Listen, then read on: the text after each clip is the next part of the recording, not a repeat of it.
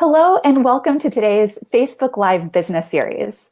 I'm Jessica Pantermuehl, lead instructor for the Nutritional Therapy Association's Career Development course.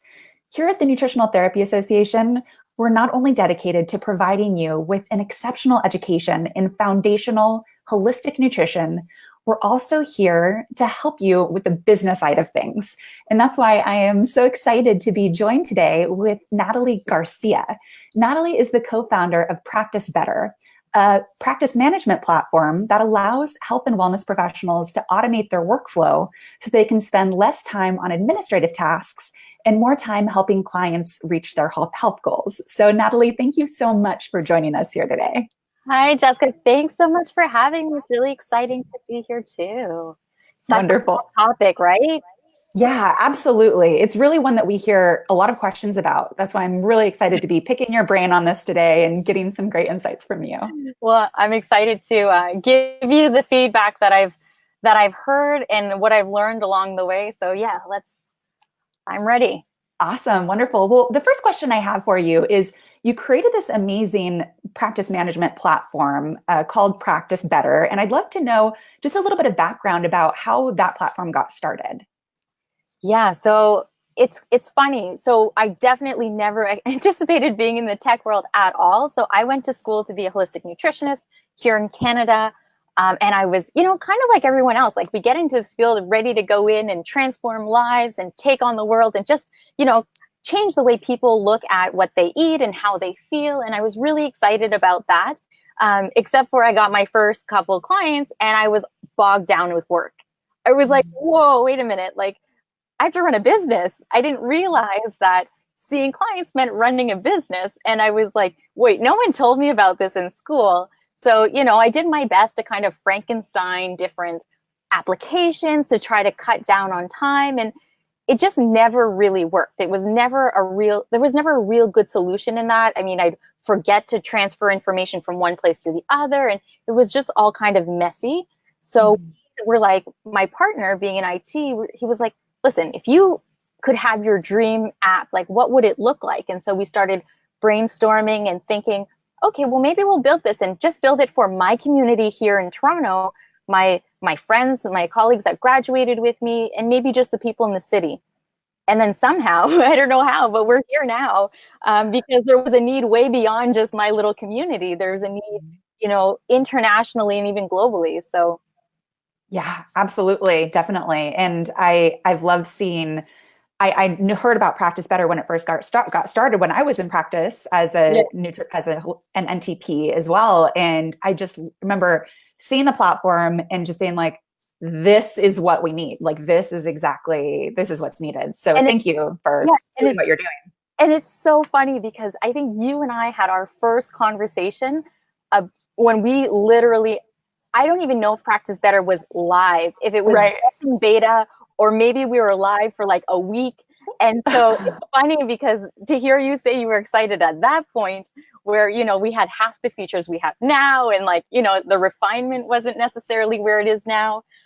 So it's funny to, that you were as excited and saw the potential in it so early on. Like I said, we were either just getting out of beta or still there. It was very early.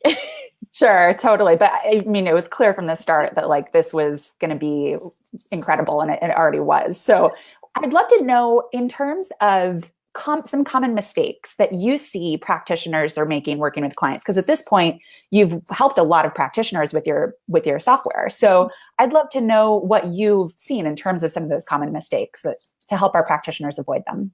Yeah, so I think the first thing, and we talked where I mentioned, was not realizing this is a business. So that was the first thing, was because it really like took my, just took my breath away. I was like, wait a minute, felt like I'd been lied to. So one, it's an actual business and you have to treat it like a business, because if you look at all the successful businesses around us, they're oftentimes not a one-man show, right? It takes a team to run a business. So becoming okay with that. I mean, yes, you have to wear many hats, but understanding that you are just one person and you can't do it all. So you have to find ways that you can cut your workload down, right? So I think one huge mistake is we stretch ourselves too thin.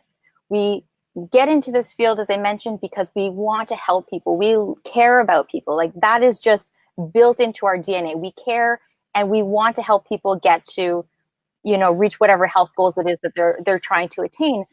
But that being said, this field of health and wellness it's very energetically, not to say draining, but taxing, because the clients that we're working with need a lot of support along the way.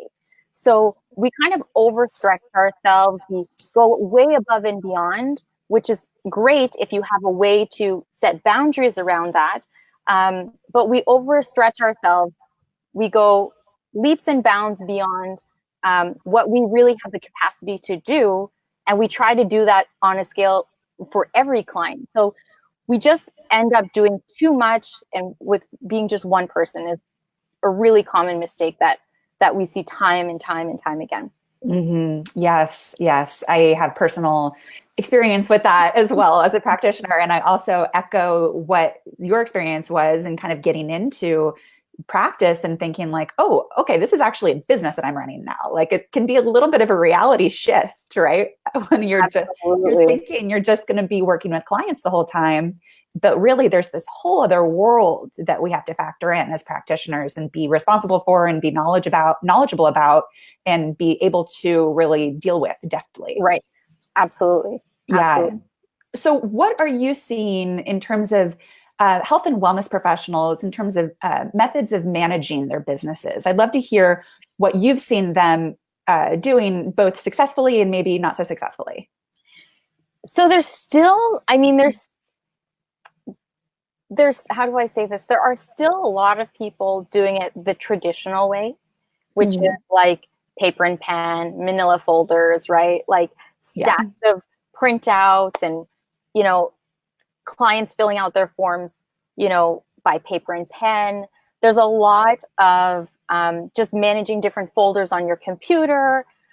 Again, like I did Frankenstein different applications. So using a scheduling platform, using a forms platform, using a signing platform, using a payment, you know, processing platform. So unfortunately, like, how do I say this? Unfortunately, there's still a lot of people doing it kind of in a more disjointed kind of way. One, because that's oftentimes what we're taught in school. We're not really taught the practice management side of things and how to simplify our work. We're talking about oftentimes like case studies. So it's one person. So going, you know, doing 15 things for one person doesn't seem like a big deal because you only have one person. But when you're doing that for 10 people, now we're talking about a lot of hours. So we're still seeing a lot of, you know, paper-based files. People are starting definitely to transition more to electronic files. But I think the first step of that transition is really folders on their computer. And again, online schedulers that don't connect to payment processors.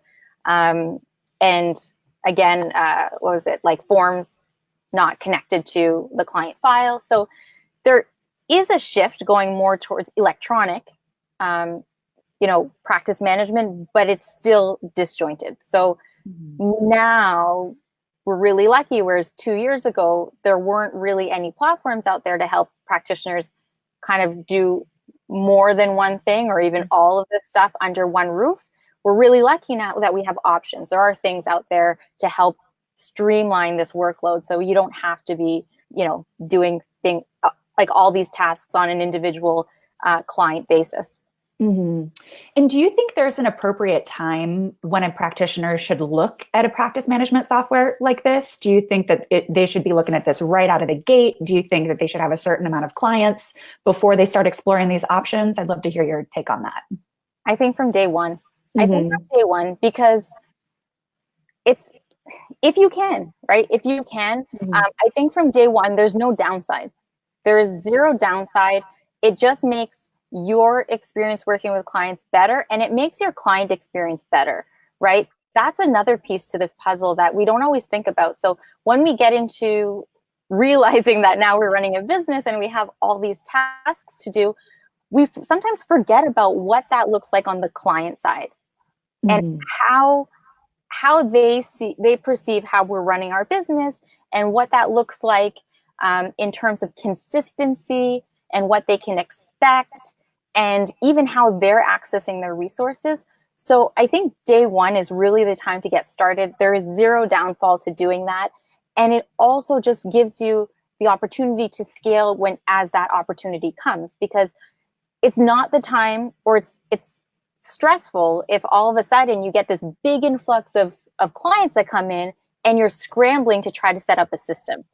Mm-hmm. It's hard to do, under the gun when they're waiting for results now, they're waiting for their forms now, waiting for their appointments now, waiting for their recommendations now. It's really hard to do it then, whereas it's just easier when you have the time in the beginning. Get yourself set up properly. So when you get that first client or the first 5 clients, things are just going to work like clockwork. Mm-hmm. Yes, I can't agree more in terms of having your ducks in a row beforehand and really getting those systems in place beforehand, so that when you find yourself with a full practice and having lots of clients at your door, you're able to manage that growth and you're really able to manage that expansion more effectively. Absolutely. And so I'd love to actually segue that into what your thoughts are on systems in general in your business, and your take on the importance of systems, and really what specific systems new practitioners might not even know that they need, but that you've seen to be really critical in terms of practitioner success. Yeah, so I think I say add a system anywhere you can, right? Yeah. Anywhere you have a clear, defined process of this is what happens when someone books an appointment. This is what happens when someone, has a question. This is what happens when whatever that might be. Any single place you can add a system, I think you are setting yourself up for success. And that's for business. That's also for life, right? It just makes things easier, in general. So I think kind of looking at a good place to start is like, where are you spending the most time? So everyone practices a little bit differently. So it might look different for you as it would to your colleague. So thinking about where is it that you're spending the most amount of time? What are you spending time on that you don't love, right? There are things in practice that you can automate, and there are things you can't, like maybe taking notes in your sessions. Like you can't automate that. Right. That has to be done by you. You can't, automate the research part when you need to learn more about some sort of health condition. So there are things you can't automate, but the things around that you can automate, like online scheduling, go ahead and set up an online scheduler. So that way you never have to miss an opportunity to work with a client again. If they on a whim want to work, they decide at 2 a.m., I'm fed up, I need to work with someone, and they go in and they look for their nearest NTP, NTC, and, they send you an email and they get this auto response saying, we'll get back to you in 48 hours. Like, they might give up, right? So better put a calendar up there not in their face, but in front of them, where they can sign up with you right then and there when they need you most. Mm-hmm. And then, it's automatic, right? Yeah. Things like, and then also too, oftentimes with online schedulers, the email reminders are going to go out automatically to tell them that their session's coming up. So again, one more thing off your list. In Practice Better, what we've done is we've kind of taken that a step further, or a couple of steps further, and we allow you to automate much of your onboarding process. So one, if you're requiring payment at the time that your client's booking their appointment, you can ask for their credit card details, invoice them automatically, and then the receipt will go out to them automatically as well. So we're always thinking about what else can we take off your to-do list, right? Things like forms that you can send out you can send out easily as well. So there are great online form builders that you can use to send forms to clients. That's also possible in Practice Better. And in Practice Better, you can automatically deliver that form based on the type of service that's booked. So if your client's booking their first appointment with you and you want to get their, you want them to fill out, an intake form, you want them to sign a consent form, you can have those automatically delivered to them after they've booked that appointment. Mm-hmm. I love that. Makes it so simple, really more streamlined. Yeah, because like exactly like I said in the beginning, you know, look at a successful business around you, whether it be your favorite clothing store, your favorite bar, your favorite restaurant, your favorite whatever it might be. There's not just one person running that show. You know, and if you go into a clinic and they have a receptionist and they have an accountant, and you know, when you're a solo entrepreneur, when you're a solo health and wellness practitioner, we can't afford, for the most part, all this staff. So we need systems to allow us to focus our time on our clients and not on these administrative things that, you know, we have to do for each person. Exactly. And I love what you said about also that scheduling tool, really just lowering that taking away that barrier to entry in terms of if they want to book an appointment with you, they can do so right away. So exactly. Don't make things harder for them, because oftentimes, as we know, like reaching out for help is hard, right? And it takes getting to a certain point oftentimes before they're willing to reach out for help. And because it's so hard, don't make it harder, right? And exactly. And that ties back to the client experience, like making the client experience better, because, you know, if you're having to, and systematize your process the best way that works for you. Okay. So if you're sending paper, you know, you're sending paper based forms. Okay. Maybe the next step, if you're not ready for a system like Practice Better, is to use another form builder, right? But make the process easy for your client to fill out those forms. Because again, if they were kind of hesitant about starting to work with someone, and now they have to print out 20 pages of an intake form, fill it out, you know, scan it back to you, like, and then upload it to an email and send it to you, like, that's not a great client experience, and it's giving them a lot of opportunity to give up before they get started. Yes, exactly. Going back to lowering that barrier to entry, really streamlining and simplifying that process and that experience for them. And I'd love to know if you have any other thoughts in terms of how NTPs and NTCs can help reduce their workload, in whether it's through systems or automations or whatever it might be. Because as we know, as practitioners, we really are entrepreneurs. We're kind of solo entrepreneurs here. And I'd love to know any other kind of hacks or tips you would have on reducing workload. Yeah. So, I mean, of course, you know, we think that Practice Better can do a lot of this for you, but again, you don't have to do it through Practice Better, right? So if you're sending the same forms out to clients over and over again, create some sort of email template, right? Create an email template, so you don't have to say, "Hi, Susan, here are the forms I want you to fill out. Hope you're having a lovely day. You know, please send these back to me within 48." You don't have to write the same thing every single time. There's just a message. It's in the template, and all you're doing is changing the email address and sending it out, right? Anything that you find that you're doing over and over again, create a template, create a system, put it somewhere that's easy to find. So if your email, you know, system has a templates option, then use that templates option. If it doesn't, save it somewhere like in a Google Doc or something like that that's really easy to find, copy it, paste it into an email, and then send it, right? Don't start tweaking it every single time.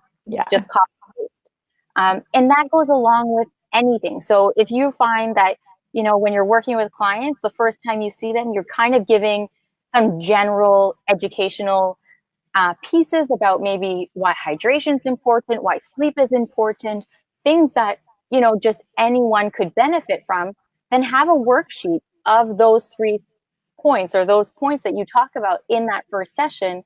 So that way you're not having to write it up again. You don't have to say, "Hi, Susan, here's what we talked about in our session today. Here are the points."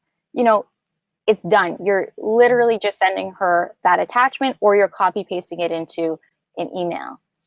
Yeah. Oh, I second that so much. That was what I had done before I'd used any sort of practice management software, is I just had these emails saved as drafts in my email drafts. And then I would know, depending on that topic of what I wanted to send somebody, I could just open up that draft, copy it, paste it, send it. And that I can't even imagine how many hours I saved myself by implementing that pretty early on. Right. And it's so much easier to tweak that, right? So if someone comes in and you're saying, "Hey, drink lemon water," and this person's allergic to lemon water, okay, delete lemon and give them some other, you know, cucumber water, or, you know, it's easier to make that tweak than it is to rewrite this every single time. Yeah, absolutely. We have a question that came in from Dana Sievers, and she mentioned, do you think that Practice Better, the platform, will someday integrate with FreshBooks or QuickBooks? Can you tell us about that? Yeah, so definitely we're looking at that. We're exploring options to do that, to make the invoicing more readily or easier to integrate with these systems. So we are exploring different options for that, either direct integrations or maybe creating another. So we've recently integrated with Zapier for connecting Practice Better to your email marketing platform. So that might be another option in terms of connecting that to your accounting software. But definitely on our roadmap, definitely something we're actively exploring. Awesome. And she also asks, can you come to NTA, to the NTA conference, and do a breakout session to train? So I would love that. That would be amazing. We'll definitely have to take a look. I know it's in March, right? Yeah, it's in March in Portland. We would love for you to be there. We'll definitely have some discussions around that. Sounds great. Thanks for that invitation, Dana. Awesome. So the next question I have for you is, how would you suggest that NTPs and NTCs can better support their clients without burning out themselves? Yeah. So this is again, stretching ourselves too thin. So what we do in Practice Better is we make things, again, automation. So creating like check-in worksheets, right? So you can collect information, but that's targeted, right? You don't want to be sending out an email just saying, how are you feeling? Right? So again, whether it's in Practice Better or this is via email, right? You don't want to just say, how are you feeling? And then you're just they're giving you a life story, right? You want targeted information. You want to be able to look at how they were feeling last time and how they're feeling now. So creating some sort of worksheet or form where you say, hey, what have you noticed that's different, or what changes have you noticed since the last time you came in, right? What have been your 3 biggest challenges? What have been your 3 successes, right? Or 3 wins? What can I do to better support you to reach your health goal? Have your health goals changed? So creating some sort of worksheet for your client, whether it's in Practice Better or not, with targeted questions that they can fill out regularly.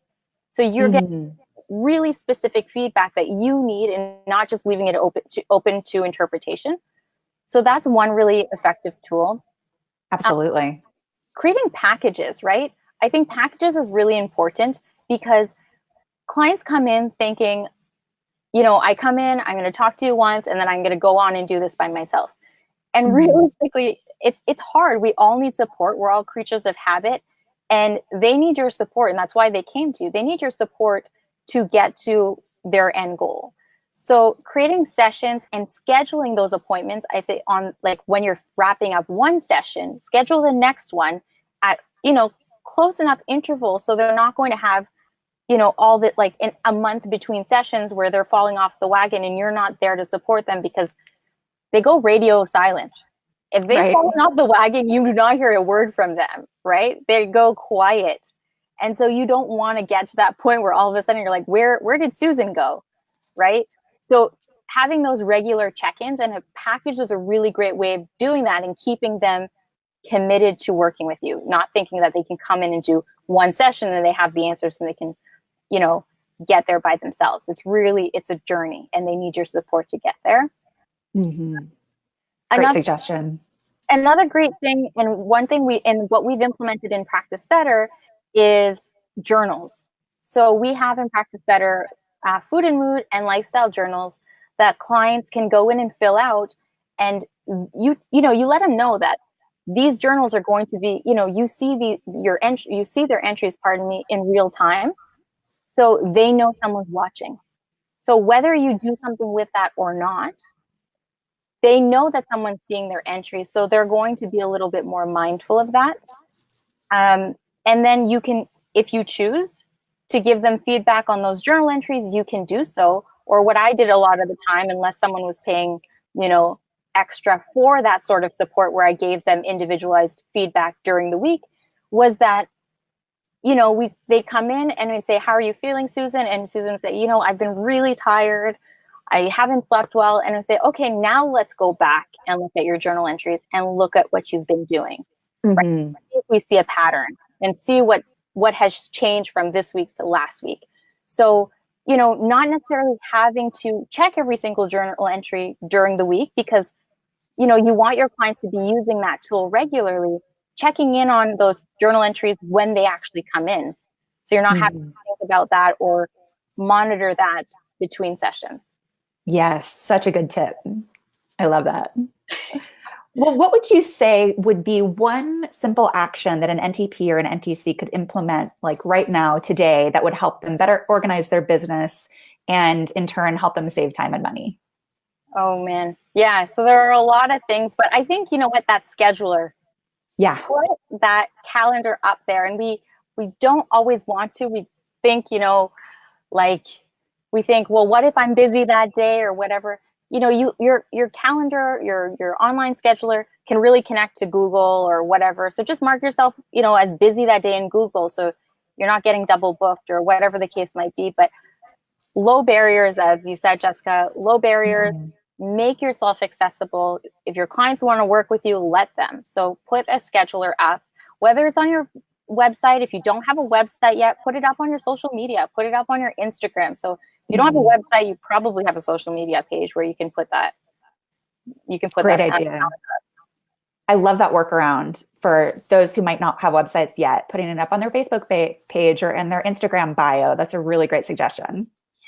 Yeah. So awesome. There's definitely something that everyone can do, regardless if you want to go 100% digital and look at, just completely making everything online, or if you just want to start a little bit. But there are definitely options for everyone, wherever you are in your practice, to kind of tighten, clean up the system, clean up the process, and then, cut back a little bit on your workload. I love it. Thank you so much. Thank you so much for all of these little gems that you shared with us today. I just think systems are so kind of near and dear to my heart because they're so incredibly impactful for practitioners, and they can really mean the make or break between a practitioner who's feeling burnt out and overwhelmed versus one who's really feeling like they're managing their business and they're managing their workflow and they're managing their client load well and competently. So I just so appreciate everything that you're doing with Practice Better, and for coming on today and sharing your tips with us. Oh, it's my pleasure. It's such an amazing journey, and it's so fun to see that it actually is helping. So when you guys do go in, if you do go into Practice Better, let us know if there's something you'd love to see in there. We are so receptive. We love to hear what you think, could be improved. But regardless, like Jessica's saying, like, don't underestimate, the value of a good system. It's going to save you time, money, and headaches. Absolutely. Well, thanks again so much for joining us, Nathalie, and thank you all for tuning in today. We'll see you next time. Thanks. Bye. Bye-bye.